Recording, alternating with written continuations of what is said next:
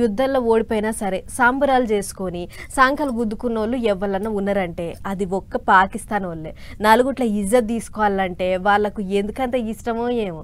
నిన్న మొన్నటి దాకా అబద్ధాలు ఫేక్ ప్రచారం చేసి సగం పరువు తీసుకుర్రు. ఇప్పుడు మిగిలిన సగం పరువు మనోళ్ళు తీస్తుర్రు. మన లీడర్ సాబులు ఒకళ్ళు తప్పితే ఒకళ్ళు బార్డర్కు పోయి పాకిస్తాన్ వాళ్ళ మీద గట్టినే బాణాలు వేస్తుర్రు. అబద్ధం ముందుగాల 60 ఊర్లు తిరిగినా సరే నిజం నిదానంగా బయటకు వస్తుంది. ఇట్లనే పాకిస్తాన్ వాళ్ళు మాకేం కాలేదు అన్నట్టు ఇజ్జతి లేకుండా సంబరాలు చేసుకుంటారు. కానీ వాళ్ళ బిచ్చపేశం ఇప్పుడిప్పుడే బయట పడుతున్నది. మన లీడర్ సాబులు తాపకోళ్ళు బార్డర్కు పోయి మన జవాన్లతో మాట ముచ్చట్లు చేసి పాకిస్తాన్ వాళ్ళు దాడులు చేసినాం అన్నట్టు చెప్తున్న జాగలన్నిటిని ప్రపంచానికి చూపిస్తుండ్రు. మొన్న మోదీ సారు ఆదంపూర్ పోతే ఇప్పుడు రక్షణ మంత్రి రాజ్నాథ్ సారు జమ్మూ కాశ్మీర్ పోయిండు. జవాన్లతోని మాట ముచ్చట్లు చేసిండు. ఉగ్రవాదుల తూటాలకు ఎదురు నిలిచి వీర మరణం పొందిన జవాన్లకు సారు నివాళులు తెలిపిండు. అటెనక పాకిస్తాన్ అసోంటి నియతి లేని దేశం చేతులల్లా అణుబాంబులు భద్రంగానే ఉన్నాయా?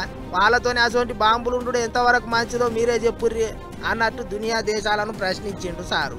పాకిస్తాన్లో ఉన్న ఉగ్రవాదులను కథం చేసేదాకా ఇడిచేదే లేదన్నట్టు మాట్లాడిండు. ఇగిదిట్లుంటే మొన్నటిదాకా పాకిస్తాన్ వాళ్ళ చేతిలో బందీగా ఉన్న మన జవాన్ను విడుదల చేసిండ్రు కదా. వాళ్ళ చేతిలో ఉన్నొద్దులు మాటలతోనే మస్తు హింస పెట్టినరాట. పెద్ద ఆఫీసర్ల ముచ్చట్లు చెప్పుమని దబాయించినరాట. ఎట్టనన్నా చేసి గుట్టు తెలుసుకోవాలని చూసినరాట. కానీ ఎంత తిప్పల పడ్డా మన జవాన్ అన్న దగ్గర నుంచి ఒక్క చిన్న ముచ్చట కూడా తెలుసుకోలేకపోయినరాట.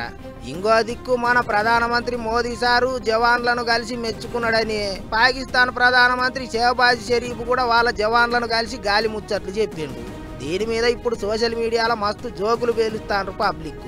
పులిని చూసి నక్క వాతలు పెట్టుకున్నట్టు యుద్ధంలో ఓడిపోయి ఏతులకు పోతుండ్రు. ఇజ్జతి పోతున్నా సిగ్గొత్తలేదు అని తీరు కామెంట్లు రాస్తున్నారు.